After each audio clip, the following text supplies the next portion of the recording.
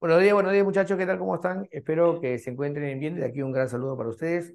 Saludos para toda la gentita, para Alison, para Romina y toda la gente que siempre se conecta muy temprano aquí en la Academia Bonex. Muy bien, un saludo para Brian, para Angeline, para Carlos, para Shirley, para Melanie, para Stephanie, para Leslie y para todos. Muy bien, muchachos. Muchas gracias, gracias por los saludos. ¿Qué tal? ¿Qué tal? Muy bien, el día de hoy vamos a hablar de la segunda revolución industrial. ¿Ya, muchachos? El tema de hoy es segunda revolución industrial. Muy bien, vamos a empezar entonces primero aclarando lo siguiente, ¿ya? Eh, vamos a, vamos a primero empezar con esto, ¿ya? A ver, una preguntita para todos. La primera revolución industrial básicamente fue en Inglaterra, ¿no? Y bueno, poco a poco o gradualmente, los países de Europa que van a tener rivalidad con Inglaterra se dan cuenta muy bien del éxito económico de Inglaterra cuando Inglaterra comienza a ampliar su mercado, comienza a ampliar su producción industrial y se dan cuenta que ese modelo de economía, que es la economía industrial, es beneficiosa y comienzan a imitar, ¿ya? Por supuesto que el país que tiene mayor apego a este tipo de orientación económica, que será en Inglaterra, va a ser Alemania. También están otros países como Bélgica, Francia, ¿no? Pero en menor grado. Primero está Alemania. Es más, Alemania llega a ser pero tan intensa en su desarrollo tecnológico industrial que llega a superar a Inglaterra a inicio del siglo XX. Entonces, muchachos, que quede claro esto, ¿no? Ya en el escenario aparecen nuevas potencias. No solamente está Inglaterra ya. Inglaterra tiene sus competidores, tiene sus rivales. Está Alemania, en el caso de Europa, en el caso de América va a ser Estados Unidos y en el caso de Asia va a ser Japón. ¿Ya? ¿Qué tal, Nelcy? ¿Cómo estás? Muy buenos días.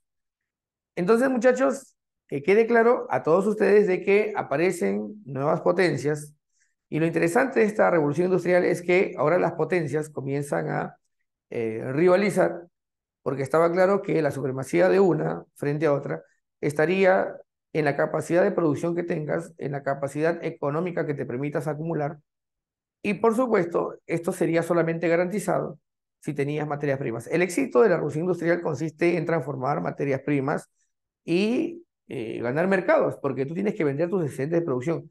Tú produces más de lo que tu país necesita. Tú necesitas vender tus productos elaborados o mercancías en distintas partes del mundo. Necesitas mercados, porque de nada te vale tener una gran industria si no tienes materias primas. Por eso es que las potencias europeas comienzan a competir, ¿no? Por quién gana más eh, colonias y quién obtiene más materias primas, ¿no? La idea es obtener mercados y materias primas y para eso entonces los países de Europa comienzan a buscar colonias por el mundo, lugares que controlar. Necesitan controlar territorios, es decir, tener colonias, pues, ¿no? Tener colonias. ¿Ya, muchachos? Entonces, que quede claro a todos ustedes que surgen lo que se va a conocer en la historia como los imperios coloniales, ¿no? Claro, es más, muy bien, como dice exactamente Carlos Kennedy, esta competencia por mercados, por materias primas, por colonias, que se llama imperialismo colonial, ¿no? Lo va a llevar pues a finalmente la Primera Guerra Mundial, porque queda claro que las potencias compiten, ¿no? Si en un lugar un país vende y aparece otra potencia que quiere vender, la potencia que vende en ese lugar no va a querer que la otra entre, pues, ¿no? Y bueno, ya vamos a ver cómo eso. Es más, esto de que quién tiene más colonias garantizaba, decían en ese momento, lo que no era correcto, ¿no? Que quien tenía más colonias, en todo caso, garantizaba su supremacía o su lugar en la economía mundo, ¿no? Ojo, estamos hablando ahora sí estamos hablando ya de la expansión del capitalismo. El capitalismo no se queda solamente en Europa. Ojo, muchos países entran al capitalismo, pero hay países que entran como productores y transformadores de materias primas. Y hay países que entran como proveedores de materias primas, lo que se va a conocer como la división internacional del mundo, ¿no? Ahora la gran pregunta es, ¿cómo entra el Perú a la economía mundo? A la economía del capitalismo mundial. ¿Cómo entró el Perú? ¿Como transformador de materias primas o proveedor de materias primas? ¿Qué dicen ustedes, muchachos? El Perú se capitalizó desde adentro, o sea, acá hubo una burguesía que desarrolló, capitalizó, diversificó, acá hubo una burguesía que creó industria, ¿no? Ah, excelente como proveedor. Perú entra como proveedor, es cierto. Y no está mal ofrecer en la economía del mundo materias primas, no está mal.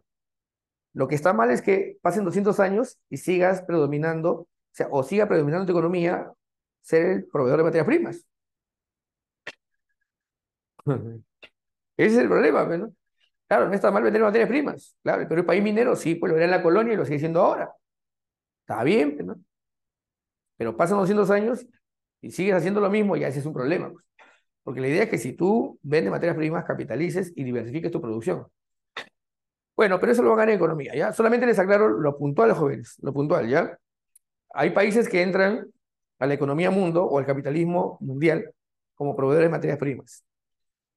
Y por supuesto, su lugar va a ser, pues, por así decirlo, ¿no? Como abajo, pues, ¿no? No va a estar arriba, pues, está abajo. Quien vende materias primas en crudo o en bruto, usted sabe muy bien, gana menos. ¿Quién gana más? El que transforma, pues eso es obvio. Ya ustedes saben. Muy bien, entonces, eso es lo que. Ahora, otro detalle: países como el Perú, por si acaso, no se capitalizan eh, directamente. O sea, el Perú no desarrolla una burguesía transformadora, una burguesía que es dirigente, ¿no? Que impulsa los cambios de transformación económica en el Perú. No, no, no. La economía peruana comienza a cambiar, ¿por qué? Porque llegan capitalistas extranjeros o vienen inversiones extranjeras. O sea, el Perú no se capitaliza por una burguesía sólida, grande, que diversifique la capital, desarrolle la producción industrial. No, no, no, así no es. Capitalismo llega al Perú, ¿por qué? Porque vienen inversiones extranjeras y comienzan a instalar aquí, pues, emporios, ¿no? O zonas, pues, industrializadas, ¿no? Así, y es el destino de muchos países del mundo. Muchos países del mundo eh, han pasado por este proceso que también tiene el Perú. O sea, se han capitalizado y han entrado a la economía mundo por la acción externa, o sea, de afuera vino, ¿no? Por eso recuerdo bien algunos historiadores que decían que muchos países del mundo fueron forzados a entrar al capitalismo y que en algunos casos era mejor pues que el sistema anterior que predominaba pues eh, en el caso peruano definitivamente, ¿no? El capitalismo tenía ciertas ventajas, pero también tenían sistemas de explotación, o sea, las relaciones feudales o semifeudales que existían en el Perú van a ser transformadas por una forma de explotación. El enganche, ya ustedes saben eso por la historia del Perú, ¿no? El enganche, o los sistemas de trabajo, pues, o las formas de producción precapitalistas que predominan en el Perú, ¿no? El yanaconaje, el pongaje, ¿no? Todo eso que existía se va a trasladar inclusive a las zonas, a las zonas industriales, que acá comienzan a establecerse, ¿no? El enganche, el yanaconaje, el pongaje, o sea, los inversionistas decían, oye, si acá a los peruanos los tratan como yanaconas, como siervos, pues, estaba acá, lo podemos tratar igual en nuestras fábricas, en nuestras empresas, hasta que poco a poco, pues, el movimiento obrero peruano comienza a conquistar algunos derechos, pues. Claro, porque nosotros estamos con el pueblo, así, muchachos, como tiene que ser. Claro, y poco a poco ya aquí, en el año 1800, me parece, 95, me parece, no recuerdo qué año, pero fue en 1890 y tanto, se crea el primer sindicato, pues, Estrella del Perú, primer sindicato peruano, para pedir mejores condiciones, por las 8 horas de trabajo. Estrella, a ver, era el sindicato Estrella de Panaderos y Trabajadores Textiles del Perú. Sí, sí, sí. Así es, muchachos. Bueno, entonces ya con esta introducción vamos al tema de hoy, jóvenes, ¿ya? Vamos a ver acá rapidito, ¿ya? Entonces ponemos aquí la segunda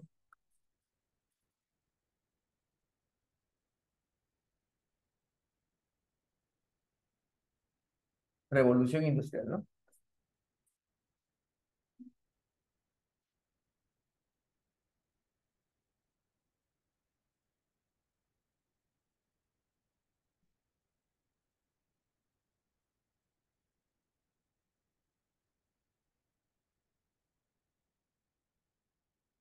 ¿Ya? La segunda revolución industrial se inicia del año 1800.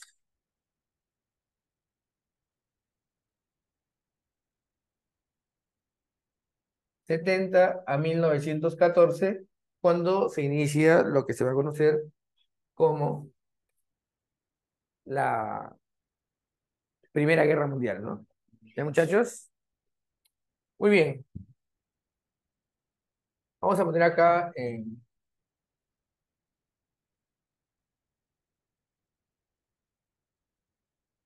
las causas, sus características.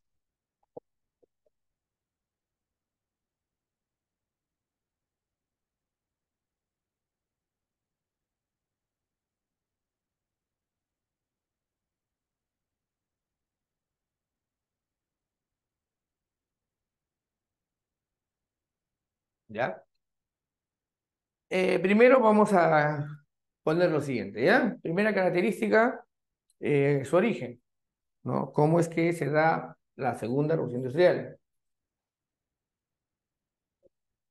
Ya, a ver, muchachos, miren, la segunda revolución industrial se origina simultáneamente en tres países, ¿no?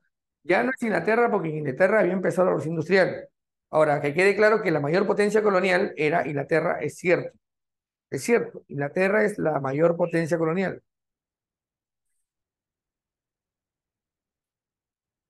Siglo XIX, la potencia es Inglaterra. Siglo XX, la potencia es Inglaterra ya. Ya mira, la primera década hasta la segunda década, ¿no? Del siglo XX, ya Estados Unidos lo había pasado ya. Empezando el siglo XX, Estados Unidos estaba por encima de Inglaterra. En segundo lugar estaba Alemania. Empezando el siglo XX, ¿eh? Las primeras décadas. Y pisándole la sombra o soplándole la nuca o no sé, pues, ¿no? Frotándole la oreja. Ya estaba Japón. O sea, Japón estaba muy cerca de Inglaterra. Sí, así es, muchachos. Entonces ya para el siglo XX hay nuevas potencias, ¿no? Entonces voy a poner acá el origen de la segunda revolución industrial. Va a ser simultáneamente, vamos a ver aquí, Estados Unidos en América,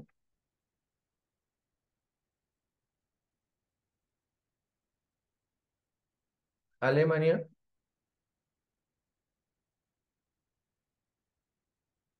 y Japón, ¿no? En el caso de Japón, hay algo muy importante que debemos recordar, que es que Japón tiene una transformación política que va a hacer que cambie la sociedad y que cambie la economía, ¿no? No es como en el caso de Inglaterra, que primero es el cambio económico y de ahí viene el cambio político y social, o como en el caso de Alemania también, ¿no? El caso de Japón fue algo raro. El emperador Mutsuhito Meiji, ¿no? Ya de la dinastía Yamato, comienza a hacer algunas reformas que van a ser muy importantes, ¿no? O sea, el emperador hace las reformas, hace los cambios.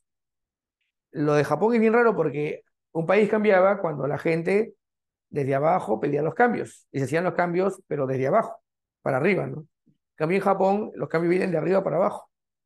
Y esto lo hace el emperador. O sea, el emperador comienza a hacer cambios tan profundos que Japón cambia para siempre. Eh, Miren, en Japón, algo chiquito nada más, ¿ya? Hubo una época en que Japón estaba cerrado al mundo. Como los países, potencias industriales se repartían en el mundo, formaban colonias y invadía países, ¿no? Japón se dio cuenta de que la ambición o la expansión de los europeos era una amenaza. Así que Japón desarrolló una política llamada el Sakoku. Nadie sale, nadie entra, ¿no?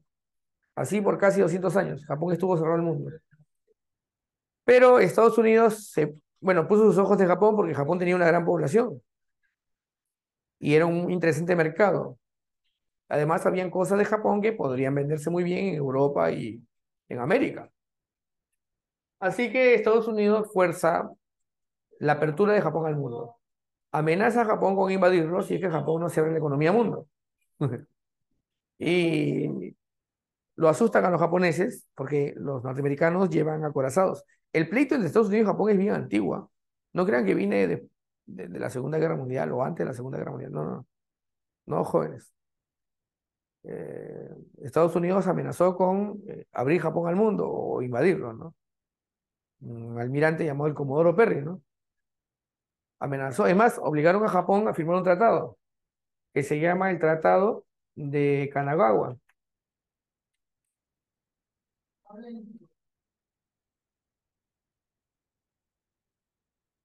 donde Japón tuvo que abrir sus puertos, pudo, bueno, Estados Unidos pudo ocupar territorio de Japón y establecer, pues, casas comerciales, negocios y otros tipos de, bueno, de empresas, ¿no? Juegos, casinos, prostitución inclusive, venta de droga, opio, ¿no? Que daba mucho dinero. De repente sonará un poco raro lo que estoy diciendo para ustedes jóvenes, pero se vendía pues el opio, ¿no? Era un negocio, ¿sí? En esa época sí. Bueno, Tratado de Kanagawa, 1854. Y Matsuhito Miyete, ¿no? Que era, se entendía, el hijo de Materazu, la diosa celestial, tenía que hacer algo. Así que Matsuhito reunió a sus ministros y les dijo, mira, estas potencias desgraciadas de Europa nos ofenden, nos humillan, y también Estados Unidos. ¿Por qué? Porque tienen lo que no tenemos nosotros. Tienen armas, tienen tecnología que es superior a la nuestra. No podemos permitir que esto continúe. No podemos permitir esta humillación. Entonces, ¿qué hay que hacer para que ellos no se pongan de esa manera con nosotros hostiles? Bueno, fácil. Hay que desarrollar nuestra propia tecnología como ellos la tienen. Y es más, no solamente igualarlos, sino superarlos. Y Mutsuhito Meiji envió a sus ministros o a sus representantes también del gobierno a ir a Europa para estudiar todos los casos de cómo Japón puede igualarse y superar inclusive a Europa, ¿no? Liderados por un hombre llamado Obuko Toshimichi.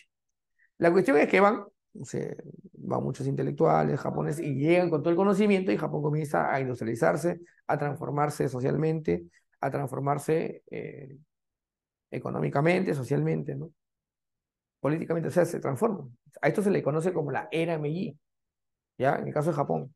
El único caso, pues, extraño de la historia, ¿no? Del siglo XIX,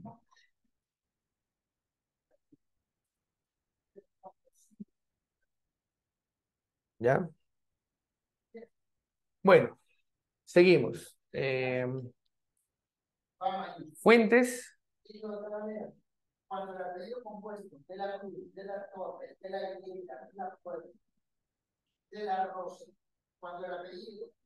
De energía. En la primera fue el carbón, es obvio. En la segunda, ¿quién recuerda? Porque esto es fácil. ¿Cuál es o cuáles son las fuentes de energía? El carbón era un recurso que, por supuesto, abundaba en Inglaterra. Por eso que Inglaterra no tuvo problemas en tener su desarrollo industrial. En cambio, en la segunda, excelente, Carlos, el petróleo y la electricidad, ¿no? ¿Ya? El combustible era el carbón en la primera revolución industrial, en la segunda va a ser el petróleo y, por supuesto, la electricidad, ¿no? Entonces, todas las máquinas se mueven, toda la industria transforma materias primas gracias al petróleo y el carbón, a la electricidad, ¿no? Se abandona el carbón y se usa petróleo y electricidad. ¿Por qué se abandona el carbón? Número uno, porque, bueno, el carbón comienza a utilizarse, vamos a ver más adelante, para la producción del acero, el carbón. ¿Qué más? El petróleo parecía ser un recurso más abundante que el carbón. Y el carbón además era muy contaminante. Cada vez que se quemaba, botaba pues, una tremenda estela de humo que podía llegar a la ciudad y contaminar la ciudad. La ciudad estaba llena de hollín. Los niños a veces hasta tosían por la contaminación que había en el ambiente, ¿no? En la ciudad había muchas fábricas. Bueno, ahora el petróleo también es contaminante, pues, pero a ojos, o sea, si comparamos con el carbón, el petróleo era menos contaminante. Así es, pues. Bueno, así pasó. Ya, tenemos acá entonces el petróleo.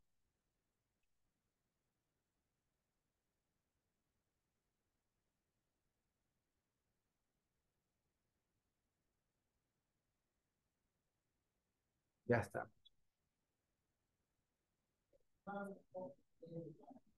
¿Qué más?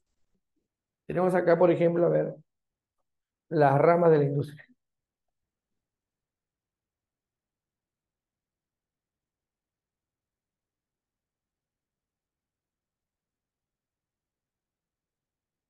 ramas de la industria.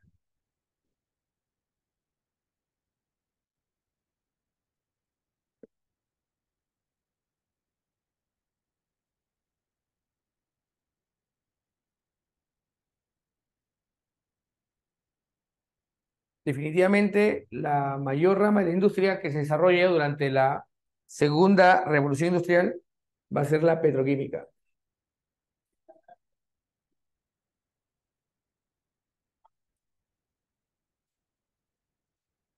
La petroquímica, ¿ya?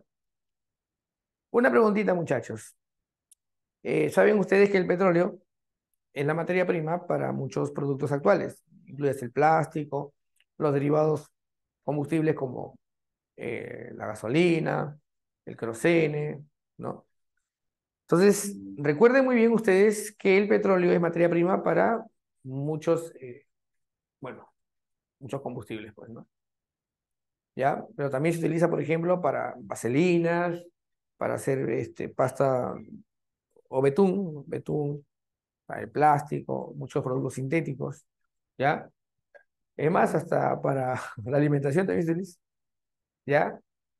Ahora, en el siglo XIX, definitivamente, el personaje más importante ligado a la petroquímica, porque él era el encargado de extraer el petróleo, él refinaba el petróleo, o sea, refinarlo y convertirlo pues en derivados, ¿no? Entonces, él extraía el petróleo, él refinaba el petróleo, él distribuía el petróleo, él tenía los grifos y te vendía diversos productos de... Ya, fue el hombre más rico del siglo XIX, jóvenes, y uno de los más ricos de todos los tiempos. Creo que es, si mal no recuerdo, me parece que es el más rico de todos los tiempos. Bueno, fue norteamericano. ¿Han oído alguna vez? Rockefeller, excelente, muy bien, Carlos Kennedy. John D. Rockefeller. Hasta lo que yo sé, su fortuna personal, pues, superó lo que ahora sería, pues, algo de 400.000 millones de dólares, promedio. Y cuando él se hizo rico, no había leyes antimonopolio. Él podía, pues, no te digo que él extraía el petróleo, él refinaba el petróleo, tenía sus refinerías, él vendía el petróleo, tenía los grifos, o sea, se encargaba de todo, pues, el transporte, todo, o sea, era el amo y señor del petróleo en Estados Unidos y en el mundo, sí, jóvenes. Se llama John D. Rockefeller. ¿Y su empresa se acuerdan cómo se llama? Ahí está Rockefeller, ¿no? A ver, pongan, hay una imagen de Rockefeller como pulpo, que bien conocía, sale en varios libros. John D. Rockefeller, es más, salió en los libros de la empresa Marcos también. Sale Rockefeller como pulpito, ¿no? Hay una frase que él se le atribuye, ¿no? Cuando aparecía un competidor, ahí está, la Standard Oil, ahí está, pues. O sea, extraía el petróleo, tenía refinerías de petróleo, refinaba el petróleo, distribuía el petróleo, empacaba el petróleo o lo almacenaba, te vendía el petróleo, controlaba los grifos, te vendía los derivados del petróleo. Tremendo, ¿ah? Tremendo. John D. Rockefeller, ¿no? Uno de los hombres más ricos del mundo, ¿no? Siempre salía como pulpo, ¿no? Claro, ahí también, por ejemplo, ahí. Ah, y también sale, ese es lo bueno. Como tenía mucho dinero, mucha plata, se le acusaba de comprar políticos, comprar jueces. Nunca perdió los casos. Él tiene una frase bien conocida, ¿no? Dice que cuando, por ejemplo, él tuvo competidores, pero ¿sabe lo que hacía? Compraba su competencia. O sea, ¿me quieres hacer competencia? Ya, mira, vas a perder, yo te aviso, ¿no? ¿Por qué? Porque no solamente él tenía el dinero para destruirlo, tenía también, compraba pues autoridades, sobornaba a muchos. Su voluntad se imponía. Hasta que le apareció el cuco, jóvenes. Le apareció un político. Bueno, en realidad era una autoridad relacionada a la justicia, ¿no? Que le dijo, no todo se compra, pues. No todo tiene precio. Y además la ley está por encima de cualquier ser humano. Claro, lo que tiene que ser, pues, ¿no? La ley es la ley. Nadie está por encima de la ley. Y se aplicó jóvenes. Después, mira, porque Rockefeller compraba a todo el mundo, es cierto. Y no había límites a su autoridad, pero la ley Sherman. Ahí te voy a levantar el monumento, la ley Sherman. bueno, ya aparecieron otras leyes, ¿no? Para regular esto de los monopolios, los trusts o las tendencias monopólicas. Hubo otra ley que se llama la ley Clayton, pero la primera, jóvenes, la que marcó un precedente en el mundo, fue esta, pues, ¿no? La ley Sherman, pues, jóvenes. A tu libro, apúntalo ahí, ¿eh? Para que lo recuerdes, la ley Sherman. Bueno, voy a poner acá en petroquímica, eh, John D. Rockefeller fue el hombre más destacado.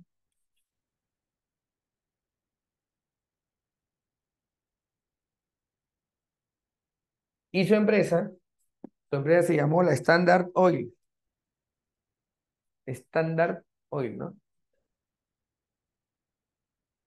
Ahí está, pero es Standard Oil.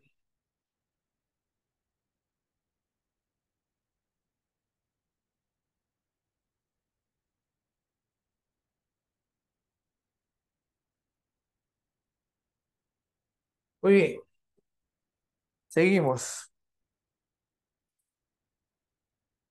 Ya, la primera rama de la industria que se desarrolla con fuerza es la petroquímica. La segunda es la siderúrgica.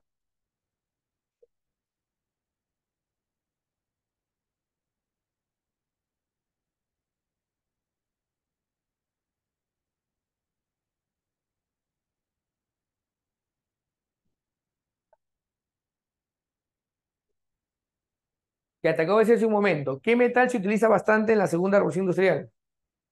¿El hierro o el acero? El acero, excelente, Carlos Kennedy.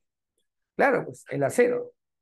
Ya, ahora escucha bien, ¿ah? El acero surge de unir el hierro con el carbón. Hierro con carbón te da acero. Pero lo que pasa es que producir el acero era muy costoso. Antiguamente era muy costoso.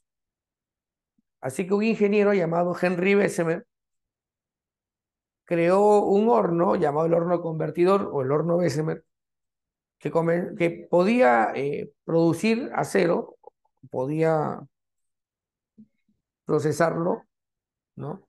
De un modo más rápido. Y ustedes que la rompen en economía, cuando un producto comienza a abundar en el mercado, porque se produce bastante, ¿qué pasa con su precio? ¿Sube o baja? Si un producto anda en el mercado. Claro, pues, es obvio, pues. Ahí está el convertidor, muy bien, Moisés. El convertidor o el horno convertidor. Comenzaron a hacerse. Bueno, el invento, Henry Bessemer, me parece, es inglés, sí. Él es inglés, sí. Y llevó su empresa a Francia. Lo que pasa es que la compró de frente y la comenzó a utilizar masivamente fue Carnegie, ¿no? Andrew Carnegie, otro magnate de Estados Unidos, pues, tremendo ricachojo. Los hombres más ricos del mundo no estaban en Europa, estaban en Estados Unidos. Andrew Carnegie. Es más, instaló varias empresas por todo el mundo. ¿Sí? Andrew Carnegie. Es otro magnate, pues, otro de los grandes peces gordos de la Segunda Revolución Industrial. Ahora, te aclaro, ¿ah? Todo lo que tiene que ver con el petróleo, perdón, con el hierro y sus derivados, se llama siderurgia. Y acá tenemos a un magnate, pues es uno de los hombres más ricos, o sea, con John D. Rockefeller competían quién era más rico. Nada que lo más, con Bill Gates, no, ese es el partido de cachorros, jóvenes, ese es el Paw Patrol de los ricos. En cambio, los bravos, así, los pesos pesados jóvenes, los bravos de bravos, ¿ah? O sea, que facturaban jóvenes, creo que por segundo algo de 6.000, 7.000 dólares por segundo, ¿ah? Eran estos hombres. Cada segundo que pasaba ganaban jóvenes miles de dólares, entre 5.000 y 6.000 dólares. Sí, en promedio, pues, ¿no? Hasta cuando dormían estaban ganando, jóvenes. Cuando se iban al baño, cuando estaban comiendo, todo ganaban por cada segundo, para que veas. Suena extraño, ¿no? Pero así es, pues, ¿no? Eso pasa, pues, cuando ya tú eres un hombre que tiene a muchos que trabajen para ti o trabajan para ti y tú tienes varios negocios, pues, ¿no? No, acá estamos siempre con el pueblo, muchachos. Tengo ahí también mis ahorros, ¿no, muchachos? Pero no va a llegar, pero más adelante de repente, en todo con fe, jóvenes. La cuestión es cómo hicieron su fortuna, pues, ¿no? Hay que ver, pues, jóvenes. Hay que ver cómo se hace la fortuna.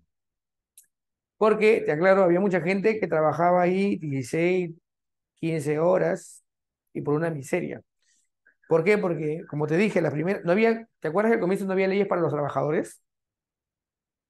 ¿Y te acuerdas que estos tipos con su dinero compraban políticos, jueces, autoridades? Claro, la pluralidad también, ¿no? Claro. O sea, la pregunta que se hacía, por ejemplo, los anarquistas y socialistas, ¿no?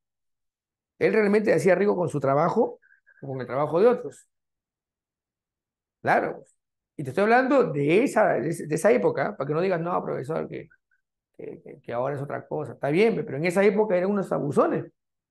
Hacían trabajar niños para ahorrar costos, hacían trabajar mujeres por la mitad de lo que le pagan al hombre, ¿sí o no? Claro, claro, pues muchachos. Pónganse a pensar, ¿eh? Pónganse a pensar. ¿Ya? Ese era un capitalismo, pues, recontra criminal, pues, porque no había leyes. Los obreros tuvieron que luchar para que se hagan esas leyes. Claro. Bueno, seguimos. Entonces, la siderúrgica o la siderúrgica tiene que ver con y el hierro y sus derivados, ¿no? Ya, será siderúrgica. Bueno, acá, por supuesto, el magnate va a ser Andrew Carnegie, ¿no? Perdón, su nombre es así. Carnegie, ¿no? Y él tenía una empresa que se llama la Carnegie Steel Company.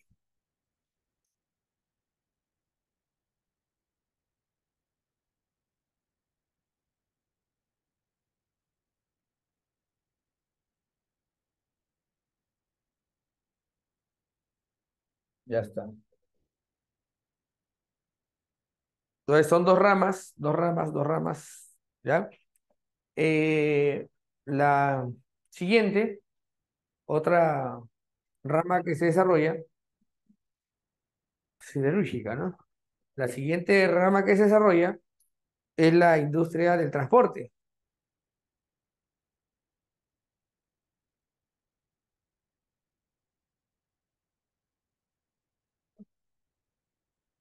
Transporte, ¿no?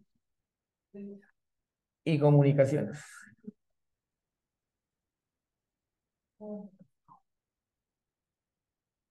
Bueno, como son dos, voy a poner los nombres de las figuras más importantes, ¿ya? En el caso de los transportes, ¿ya? Aparece, por ejemplo, el automóvil, un invento de Rudolf Diesel, que estaba en base. Bueno, aunque el primer automóvil como tal, dicen que es el de Carl Benz, ¿no? Carl Benz, ¿no? Pero Diesel fue el que diseñó el motor de combustión interna, y de ahí también hubo otro, perdón, llamado así Otto, pues, ¿no? Otto. Pero en líneas generales, la pregunta es quién fue el que se hizo más rico, el magnate de los automóviles, el que vendió el primer vehículo modelo, que bajó costos, por supuesto, bajó sus costos para producirlo, es cierto, y lo comenzó a vender masivamente. El modelo T. ¿El modelo T quién es? ¿Quién se acuerda, jóvenes?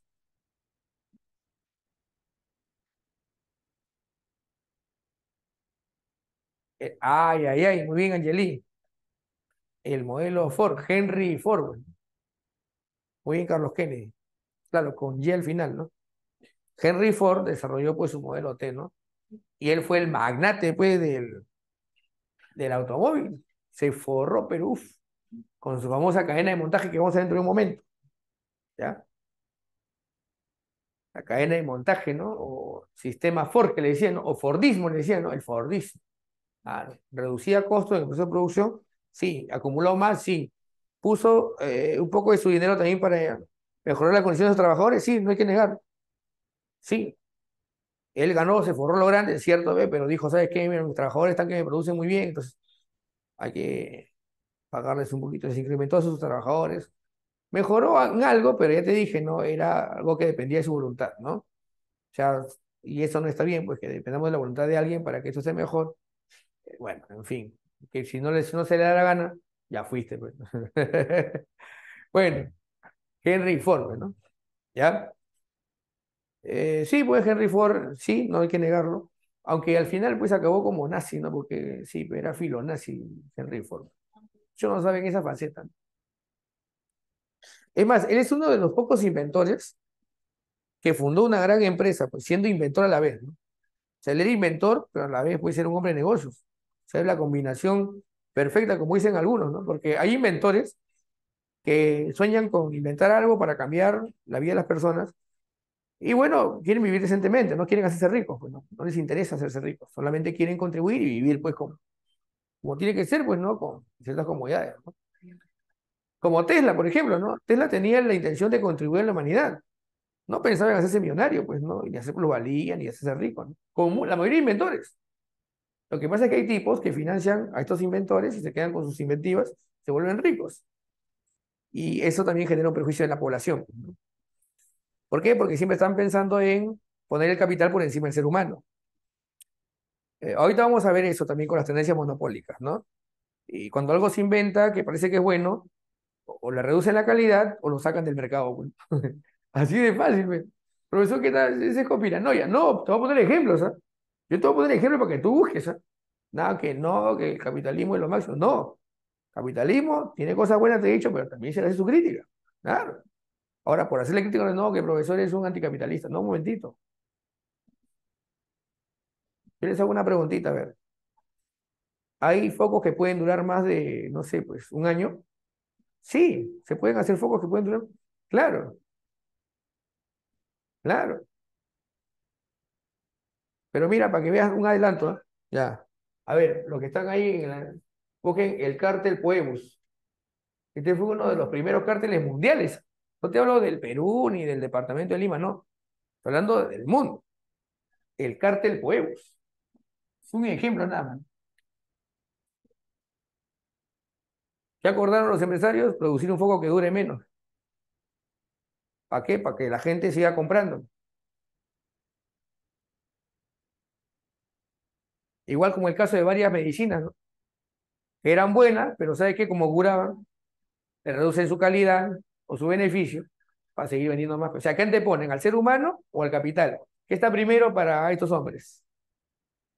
Ahí está la cuestión, ve. Ahora, tú eres crítico, ¿ah? Tú tienes que analizar, porque la historia, más que saber datos, es analizar y ser críticos. Tienes que opinar con tu propia cuenta. Yo te doy solamente, como dices, ¿no? Te pongo la mira en la punta de los labios, ¿ya? Y tú tienes que ir pues al panal, ¿no? Como dice un viejo refrán. Ya, la pregunta es, si, como dice el buen Richard, ¿esto ya pasó ya o sí hasta ahora? Ah, bueno, en el caso de transporte y comunicaciones, Henry Ford, como te dije, ¿no? Creó el primer vehículo de gran venta en el mundo, ¿no? El T. Bueno, y en el caso de las comunicaciones tenemos el teléfono, fue un golazo, ¿ya? El teléfono. Primero fue el telégrafo, pero el teléfono la rompió, no hay nada que hacer, el teléfono fue un gran invento, aunque el invento no fue realmente inventado por Graham Bell, muchos asumen que él fue el inventor, ¿no? El inventor en realidad fue Antonio Meucci, que inventó el teletrófono. Lo que pasa es que Alexander Graham Bell vio el invento de Meucci, le pareció bueno para hacer plata, porque la plata estaba primero para Graham Bell, más que quién es el inventor. Se llevó el inventor. No sé si ustedes saben, pero se roban acá bastantes inventos. Uf, hay bastantes casos ya. La cuestión es que Bell South, perdón, sí, bueno, se creó una empresa, pues, la empresa Bell, y se hizo, pues, uf, millonario. Mientras que el inventor del teletrófono, porque era el nombre, el primer nombre que recibió el teléfono, vivió en la miseria prácticamente. Antonio Meucci, el inventor del teletrófono, murió pobre. Alexander Graham Bell, que se llevó el diagrama, ¿no? Y el invento, se hizo rico, pues, ¿no? Una historia bien triste, ¿no? Bueno, sí, pues muchachos, así pasó, pues, ¿no? Pero ya se sabe, ya Estados Unidos ha reconocido que el inventor del teléfono es Antonio Meucci. Y Bell fue el que lo mejoró y lo... ¿Cómo le han puesto? Meucci el inventor y Bell el difusor, algo así le han puesto. Estados Unidos, Congreso de Estados Unidos ha reconocido a Antonio Meucci. Profesor, ¿y cómo lo descubrieron? Porque Meucci llevó una solicitud a la Oficina de Patentes de Estados Unidos de su invento. Lo que pasa es que para registrar tu invento te pedían algo de, me parece que en esa época algo de $100. Y él no tenía la plata. Y en esa época $100 era un billetón. Él tenía una mujer que estaba enferma o postrada en cama. Y más inventó el teléfono para ayudarla, ¿no? Para comunicarse con ella mientras él está en su taller tratando de inventar algo que lo saque de la pobreza. La historia es bien triste, la verdad, ¿no? Cuando uno se da cuenta de Meucci, y bueno, Bell South se llevó bueno, Alexander Graham Bell se llevó el invento. Sí, pues, ¿no? PvP, ¿no? Sí, da pena. Bueno, ponemos acá rapidito. Ahí está Graham Bell, ¿no? Bell lo patenta, pues, ¿no? Bell tenía plata. Ya tenía algunos inventos que le habían dado billetito.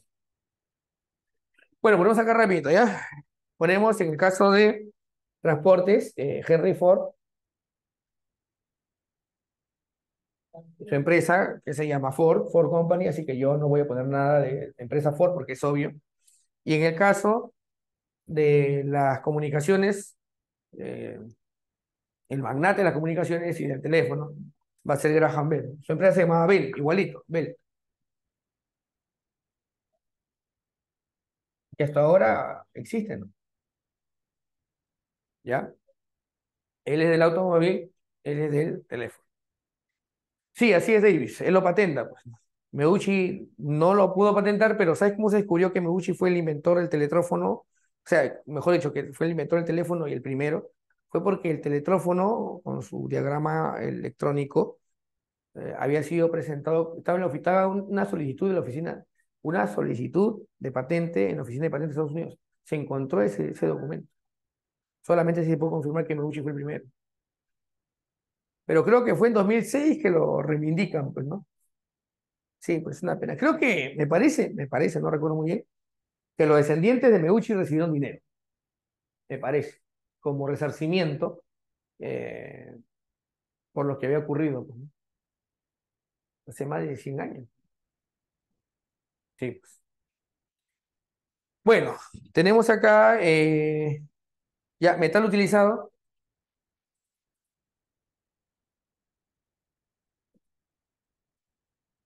El metal usado, ¿ya? Metal usado. Sí, ¿no? Escucha que habían descendientes de Meucci que estaban en nada, jóvenes. Y de repente le cayó un par de milloncitos. Sí, sí, sí, sí. Yo me acuerdo que lo leí en el periódico en esa época, ¿no? Yo lo leí en un periódico. Me sorprendió porque yo siempre, hasta el año 2006, escribía que el inventor del teléfono era Graham Bell. Sí, pues. Y a veces hay libros de historia universal que no colocan a Meucci, lo colocan a Graham Bell, cuando ya se sabe a todas luces que Meucci fue el inventor. Bueno, el metal utilizado aquí, en la segunda revolución industrial, va a ser el hierro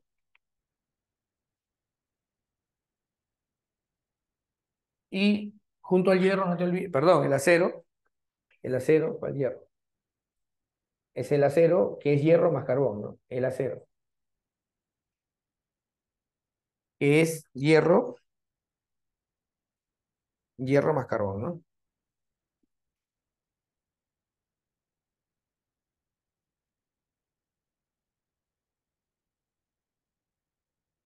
Ya está. Y recordemos que el ingeniero Henry Bessemer fue el libro que tengo, no entiendo. Bueno, Henry Bessemer fue el que diseñó el horno convertidor que hizo que el precio del acero bajara. Y gracias al acero que se producía masivamente se pudieron construir pues proezas de la ingeniería. No solamente puentes, sino también, a ver, se construyen eh, edificios altos, rascacielos, se construyen mejores rieles para los trenes, eh, el acero producido de forma masiva ayudó bastante a la industria pesada, ¿no? La Torre Eiffel, por ejemplo, ¿no? Claro. Muy bien, muchachos. Claro, más potentes, ¿no? Muy bien, Carlos. Voy a poner aquí entonces, bueno, la contribución más grande que tuvo la producción del acero va a ser el convertidor de Henry Bessemer. Voy a poner acá para que lo recuerdas. El convertidor o el horno convertidor, ¿ya? Voy a poner así. El horno convertidor. ¿Ya? El nombre verdadero es horno convertidor. Gracias. El horno convertidor.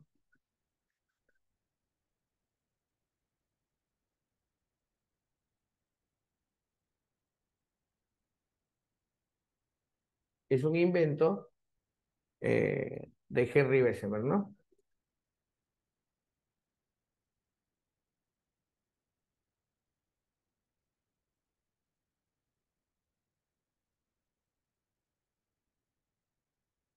De Henry Bessemer.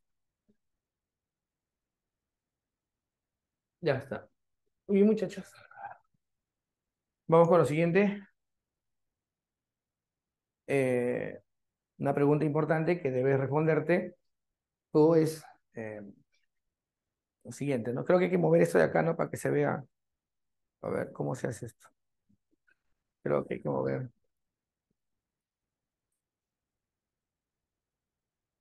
A ver. Ya ahí está, ahí se ve. Ya ahí están los jóvenes. Ahí se ve completo, ¿no? Ya está. Ya, como les estaba diciendo entonces, una pregunta que ustedes deben hacerse es, ¿cuál fue la máquina que hacía mover otras máquinas? Así como en la primera va a ser la máquina a vapor, en la segunda, ¿cuál va a ser? La máquina que hace mover otras máquinas.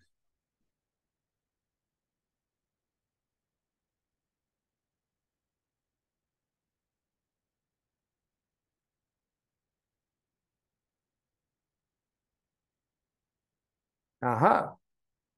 ¿Cuál es la máquina que hace mover otras máquinas en la segunda?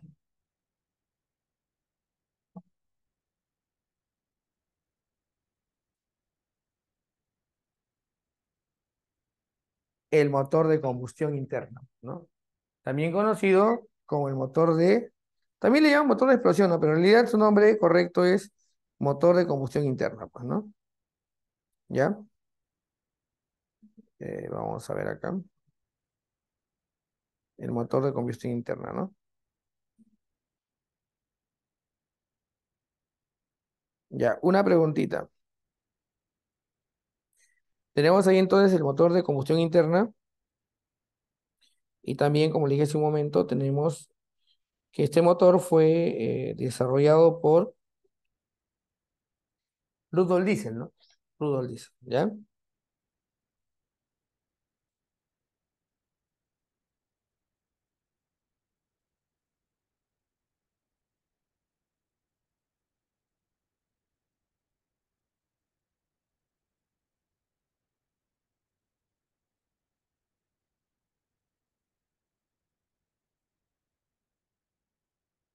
Muy bien, muchachos. Vamos acá rapidito entonces.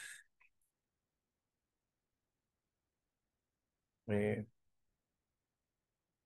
Ponemos aquí fuerza motriz. Cuando digo fuerza motriz me refiero a la que produce movimiento, ¿no?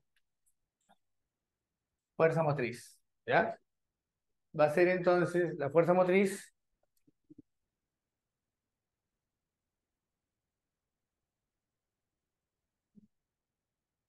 motor de combustión interna,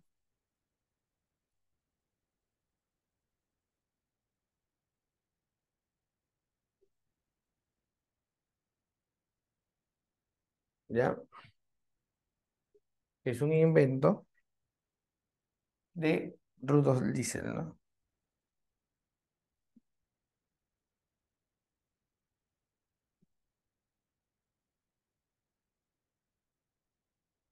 ¿Ya? ¿Qué más?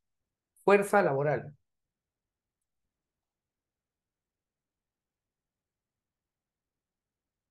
Ya, aquí hay que recordar que dentro de la fuerza laboral, ¿ya? Definitivamente, ahora los obreros comienzan a exigir mejores condiciones de trabajo, ¿no? Bueno, ya lo habían hecho al final de la primera revolución industrial, ¿no? Después de hechos como el movimiento ludita o el movimiento cartista, por ejemplo, ¿no? ¿Ya? Entonces hubo ya una movilización de los trabajadores, pero aquí los obreros actúan de una manera más decidida, más comprometida, más orgánica, más organizada. Además, a diferencia de la primera revolución industrial, en la segunda ya hay ideologías que van de la mano con el movimiento obrero. ¿Cuáles son esas ideologías que impregnan o ganan terreno en el movimiento obrero? ¿Se acuerdan, muchachos?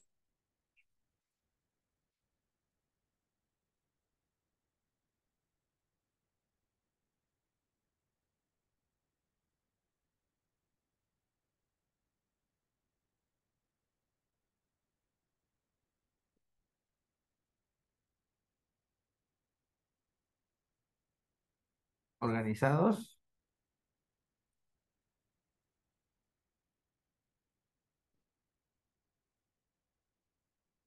en sindicatos. Ya, el marxismo, claro. En este caso sería el socialismo científico y el anarquismo, ¿no? Fueron los que más ganaron. Es más, como resultado de esto, mira, yo tengo una pregunta, a ver, recontra fácil, ¿ah? Tú tienes que ver el problema.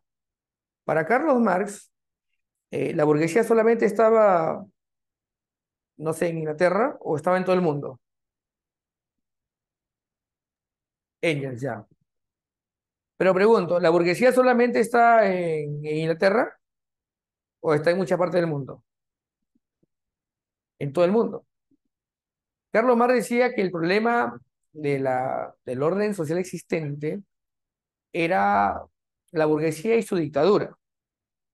Ya, ahora, profesor, que la dictadura de la burguesía, sí, pues. La burguesía con su dinero, con el capital, compra jueces, compra políticos, hace las leyes que permiten explotar al trabajador. Estamos hablando del capitalismo del siglo XIX. Ahora tú ya, con tu vigilancia, observación, con tu análisis, con tu estudio, vas a darte cuenta si eso que pasaba en el siglo XIX sigue pasando ahora, pero ya. Entonces Carlos Marx decía, existe una dictadura de la burguesía. Son los que hacen las leyes, son los que compran los jueces, son los que compran los políticos. La burguesía mundial no necesita poner gobernadores, no necesita poner virreyes como los imperios coloniales del siglo XVI. ¿No? No necesita poner virreyes, no, ya no. Controla con su dinero todo, todo lo controla. Controla jueces, políticos, policía, ejército, todo controla con su dinero. Entonces, el problema no solamente es de Inglaterra, no solamente de Alemania, el problema es mundial, decía Carlos Marx. Y un elemento fundamental para que cambie la sociedad y sea más justa es eliminar, por supuesto, el sistema existente, que es el capitalismo, y la burguesía, que es la causante de estas terribles condiciones de desigualdad que existen entre los seres humanos, que hace que un niño trabaje, que una mujer trabaje, que un hombre trabaje 16 horas por una miseria.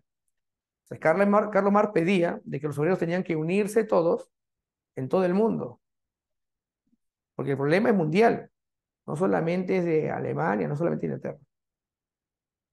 Entonces, Carlos Marx y otros socialistas y hasta anarquistas, líderes de entre los trabajadores, organizaron una primera asamblea internacional para organizar economía base. Profe, pero si no me equivoco, Marx nunca trabajó. Ese chiste solamente lo repite. Oye, Marx tiene más de 600 obras. Bueno, entre libros, conferencias, publicaciones, artículos, y me vas a decir que nunca trabajó. O sea, eso es algo que repiten lamentablemente mucha gente que no conoce su trabajo. Marx publicó más libros que todos aquellos que lo critican por las redes. Así que sería, discúlpeme, no sé, pues, ingenuo o falto de conocer que digan que no haya trabajado, pues. Bueno, en fin, ya yo lo dejo ahí, pero hay gente que por desconocimiento y porque no conoce su trabajo, le cree a todos esos, creo que le dicen influencers, ¿no? O youtubers. Sí, pues, ¿no? Habrá que buscar un canal, creo, jóvenes, ya, porque hace rato ya, muchas sonceras dicen por la red, jóvenes, de verdad. ¿Ah? Sí, pues, ¿no? Sí, muchas sonceras dicen por las redes, jóvenes, la cólera. Y gente que parece que nunca leo nada, güey. Parece que repite nada más lo que dice. No sé, lo vean no sé, pues a esa gente de la extrema derecha que dice tonterías y repite como loros. Bueno, en fin, jóvenes. Sí, claro. Ya, solamente les aclaro, pues, ¿no? Sí trabajó. Lo que pasa es que por sus ideas Carlos Marx fue perseguido. Ahora, que no haya tenido un trabajo con un salario, no con... Lamentablemente la situación, por sus ideas fue perseguido y vivió en la precariedad. Es más, Carlos Marx lo acusan de haber provocado la muerte de sus hijos y cosas como estas, ¿no? Yo he visto esos videos, la verdad, jóvenes, y me parecen muy deprimentes, entendiendo que Carlos Marx estuvo siempre con los trabajadores. Y quien está con los trabajadores es denostado por un sector especialmente bueno, de cierta tendencia política, no voy a decir. ¿No? Así es, pues, muchachos, ¿ya? Bueno, en fin, ya yo lo dejo ahí, ya yo lo dejo ahí, jóvenes, ¿ya? Sí, porque después no, me funan jóvenes. Bueno, ya, pero sí, pero ya, pero bueno, lo ponemos ahí a jóvenes para que no sufran. Bueno, Es que no, es que ya uno tiene sus ideas a veces y cuando alguien le dice algo distinto, parece que no sé, pues no. Hay dos posibilidades, ¿no? Cuando uno es muchacho, o se debe investigar, o la otra es que se va en contra tuya y te pone epítetos. Ese es el gran problema de la política que ahora existe. La gente en la política mucho insulta, mucho ofende. Es muy agresiva. Yo he visto declaraciones de algunos políticos, no voy a decir nombre, de Argentina especialmente, que no, bueno, polemiza con el tertuliano de otro pensamiento de una manera, pues, alturado e inteligente, ¿no? Sino que parece de una manera animal, muy agresiva, e insulta.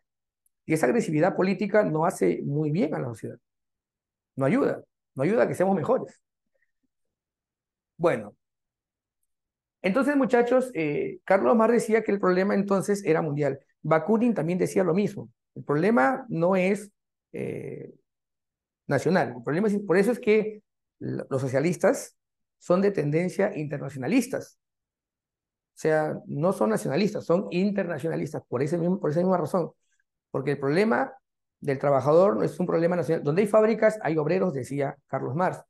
Y donde hay obreros, hay fuerza revolucionaria. Por eso es que en esa época Carlos Marx y los anarquistas decían que todos los obreros deben actuar de manera conjunta. Es más, el libro de Marx, que es el más conocido, el panfletario, que se llama, pues, o sea, te digo porque fue el libro más sencillo que hizo para que toda la gente entienda, como un panfleto para que todo el mundo entienda, que se llama, pues, el Manifiesto Comunista. Empieza así, ¿no? Hay un fantasma que recorre Europa, bueno, y dice, proletarios del mundo, uníos, porque todos los obreros tienen que unirse, de todas partes, porque el problema es mundial. Así es, pues, muchachos. Bueno, son ideas que surgen, pues, aquí. Y acá se crea la primera internacional socialista, o de los trabajadores. Entonces, muchachos, voy a poner acá rapidito, bueno, obreros organizados en sindicatos, vamos a poner acá rapidito. Yo voy a poner aquí, eh, se crea, voy a poner acá, la primera internacional socialista, ¿no?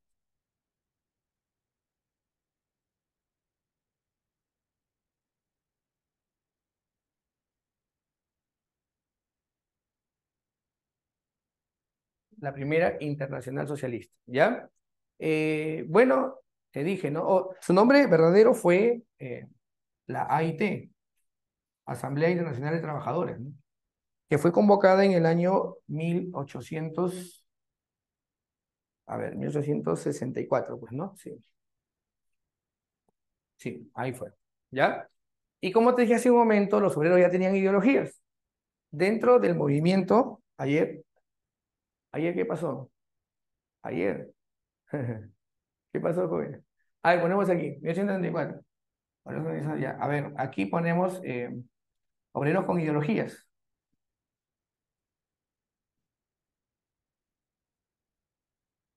¿ya? Bueno, ponemos aquí rapidito. Acá tenemos el socialismo científico.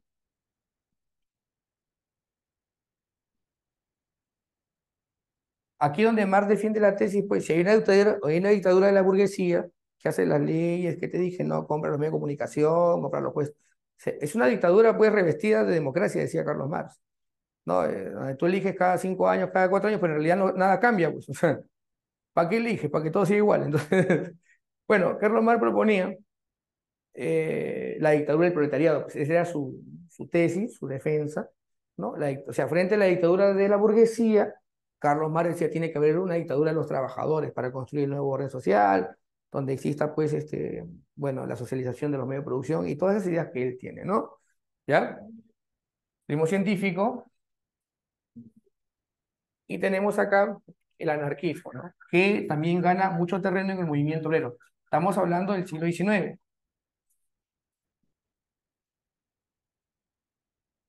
Ya está. Muy bien, muchachos. Seguimos, ¿ya? Seguimos, muchachos. Fuerza laboral, fuerza motriz, ya. La máquina, ya. ¿Qué más podemos poner aquí? La expansión.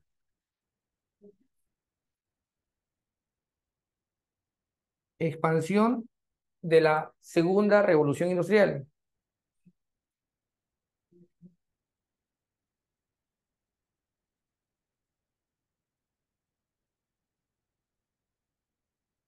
¿Ya?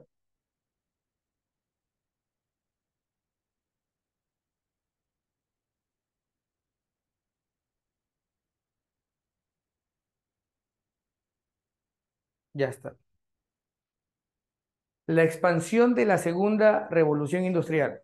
¿Ya? Miren, a diferencia de la primera que básicamente se queda en Europa, la segunda revolución industrial, ¿ya?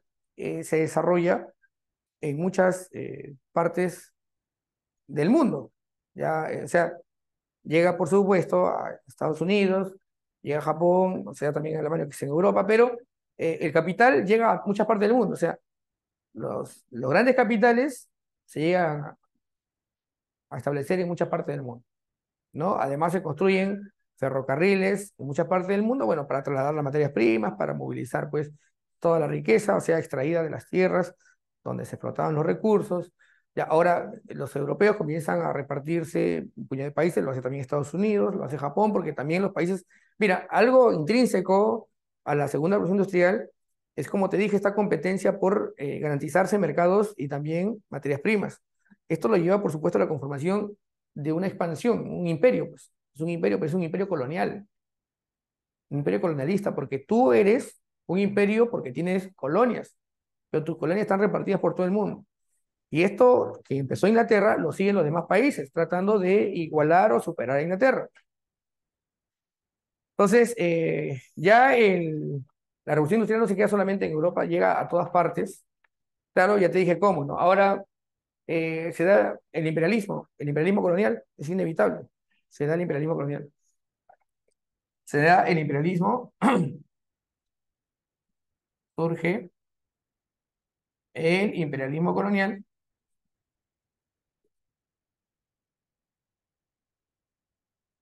Profesor, ¿y por qué es el imperialismo fácil? Pues si produces, a ver, produce bastante, más de lo que tu país necesita. Tienes que vender a otras partes, tienes excedentes de producción. Claro, ya también se le conoce como colonialismo,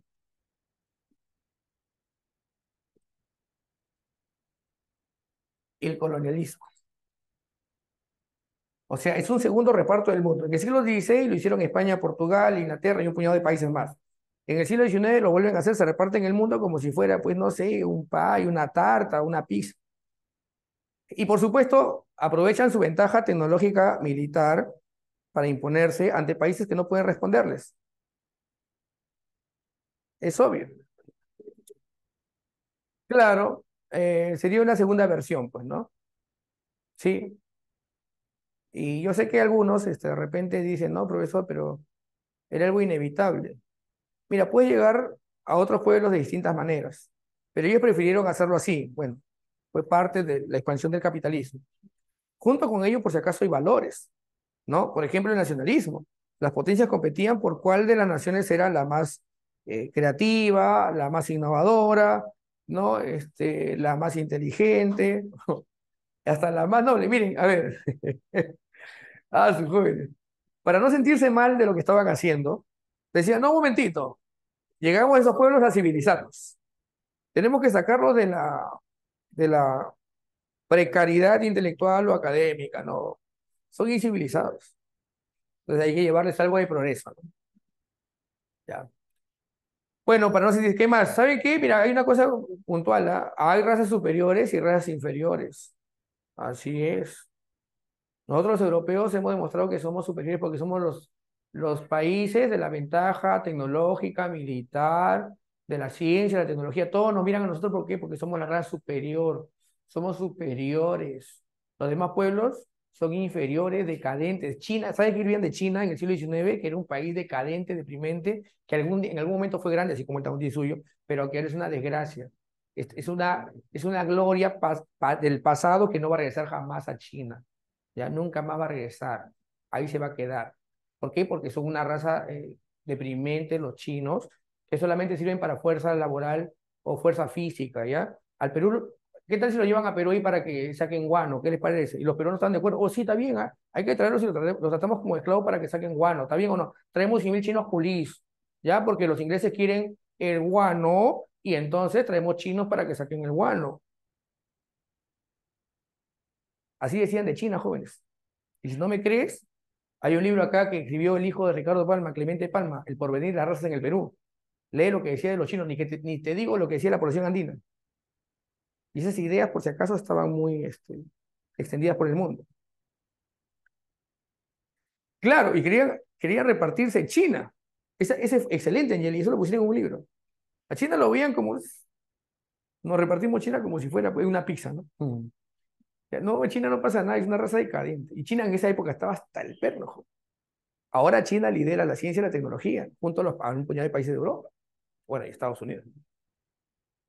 Pero en esa época decían que China era un país de ociosos, de gente que era melancólica, una raza decadente que fuman opio, así decían de China. Esa respuesta la vamos a dar el día que nos toque. Bueno, nos toca Revolución China y, bueno, que lo han quitado en el nuevo prospecto jóvenes, ¿no? Antes estaba el despertar de Asia y ahí se tocaba China, pues, ¿no? Yo ahí me despachaba con China, pues, porque yo he tenido que leer por trabajos en la universidad, bueno, hace tiempo que tuve, cómo se produjo el cambio en China. ¿No? Pero lo han quitado y han puesto ahora crisis del 2008. Ya no está el despertar de Asia ya, en el nuevo prospecto que, bueno, va a salir dentro de poco, ¿no? Esa pregunta la vamos a responder. Los chinos, a ver qué dicen. China dice que es socialista de características chinas. El Partido Comunista gobierna en China, pues, ¿no? Claro, antes había un tema que se llamaba el despertar de Asia. Así es, Fernando. Bueno, hasta hace poco, ¿no? Y parece que San Marcos, bueno, yo he visto el último prospecto, no lo he visto de nuevo, o no sé si se ha agregado, pero está ahora la crisis del 2008. Bueno, joven, seguimos avanzando, ¿ya? Entonces, acá, para no sentirse mal de lo que estaban haciendo, ellos defendían tesis como la superioridad racial. O sea, hay pueblos superiores y pueblos inferiores. Pero eso es el nazismo, un momentito. Eso se llama darwinismo social. Es más, se llamaba racialismo científico. O sea, era hasta científico, joder. Decían eso, ¿no? Así decían en esa época. De una forma como los europeos no se sentían mal, decían que era algo inevitable, ¿no? Su justificación intelectual. Había un tipo llamado Kipling, hasta ahora me acuerdo. Mejor uno que se llamaba Le Bon. Le Bon que decía, su joven, cuando una raza superior se encuentra con una raza inferior, el destino de la raza inferior es ser arrasada. Por la superior es inevitable. Los seres humanos compiten así como los animales y la naturaleza compiten. Eso se llama darwinismo social. Bueno, entonces era la justificación. ¿Ya? Voy a poner eso por si acaso, ¿ya? Y decían, ¿sabes qué? También hay que llevarle la verdadera fe, evangelización. Entonces, decían, primero hay que llevarlos al progreso, tenemos una misión de sacarlo de la ignorancia, civilización, misión civilizatoria. Dos, darwinismo social. Sí, así es. Las razas, lamentablemente, cuando se encuentran, hay superiores e inferiores. Y es más, los europeos hacían zoológicos humanos. ¿Has escuchado eso alguna vez? Que sacaban a personas de distintas tribus y los ponían en jaulas para que la gente vea, ¿no? Sí, y ni te digo lo que hacían en el Congo los belgas, porque eran unos desgraciados, ¿ah? Amputaban las manos, arrancaban narices a la población africana. Si ustedes miran ahí el esclavismo en el Congo belga, sus jóvenes, horrible. Sí, hicieron muchas atrocidades. Bueno, yo lo dejo ahí, pero se justificaban. Pues. Ahora, profesor, usted está enseñando usted a odiar a Europa, ir a por uno es un enemigo de Europa. No, jóvenes, mi respeto por Europa y para el pueblo europeo principalmente, no para las élites, sino que las élites hacían todo esto. Pues. Sí, pues. Y lamentablemente contagiaban ese pensamiento, lo extendían sobre la población. Eh, pero fue algo que pasó, pues eso no lo pueden negar. O sea, hay cosas que han ocurrido que no se pueden negar. Y por decirlas, yo no soy enemigo de nadie. Yo lo que le estoy diciendo es lo que ha ocurrido. Yo no tengo la culpa, son ellos los que han hecho eso. Yo no lo he hecho. ¿Por qué me culpas? Hay gente que dice, no, el profesor es anti-europeo, anti-Estados Unidos. No, jóvenes, yo te digo lo que ha ocurrido, lo que han hecho. Profesor, pero llevaron también. África sigue en la desgracia. Y África fue repartido como pastel en la conferencia de Berlín, o en el Congreso de Berlín, del año 1885. Davis. Ahí estamos con la gente. Bueno, seguimos muchachos, vamos a sacar rapidito. Surge el imperialismo colonial o colonialismo, es el segundo reparto del mundo, ¿ya? Pero también recordemos, vamos a poner acá, eh, ponemos aquí, ¿ya? La justificación intelectual de lo que estaban haciendo fue, bueno, tesis como el darwinismo social, ¿no? Así como los seres compiten, o el más apto se impone, igualito es la cultura, los pueblos más aptos se imponen y los demás van a ser arrasados por el paso de la historia, ¿no? Bueno, entonces voy a poner acá darwinismo social,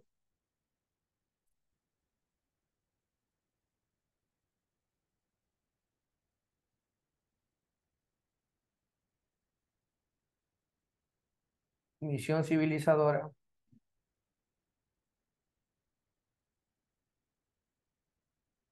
eh,